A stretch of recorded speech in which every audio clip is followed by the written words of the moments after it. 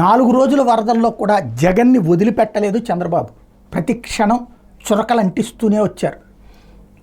ఒకటి వాళ్ళ నిర్లక్ష్యం ఫలితమే ఇవాళ వరదలు అన్నటువంటి కాన్సెప్టు. అట్లాగే తాజాగా ఏదైతే ప్రొక్లైనర్ మీద తిరుగుతూ 22 కిలోమీటర్ల ప్రొక్లైనర్ మీద తిరుగుతా హెలికాప్టర్లో తిరిగే ఉద్దేశం కాదు, ఇక్కడ కింద మీ కష్టాలు తెలుసుకోవాలంటే అందుకే వచ్చాను అని చెప్పడం. తద్వారా అక్కడ అంటే జగన్కి అక్కడ చురకలే అంటించారు. వాస్తవంగా జగన్ గతంలో ఎప్పుడు కూడా వరదలు జరుగుతున్న టైంలో అధికారులు పనిచేయాలంటారు, ఆయన పైనుండి సమీక్షిస్తారు.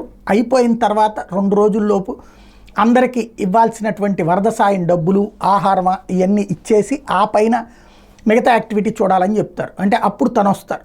అట్లాంటి పరిస్థితి చంద్రబాబు రివర్స్. వరదప్పుడే జనంలో ఉంటారు, ఆ తర్వాత సహాయక చర్యలు ఏది ఆ సాయాలు డబ్బులో లేకపోతే ఈయో ఇచ్చేటటువంటిది అధికారులు చూసుకోవాలనుకుంటారు. కాబట్టి ఆ వెర్షన్లో డిఫరెన్స్ ఏదైతే ఉందో దానికి అనుగుణంగానే చురకలు వేస్తూ వస్తున్నారు.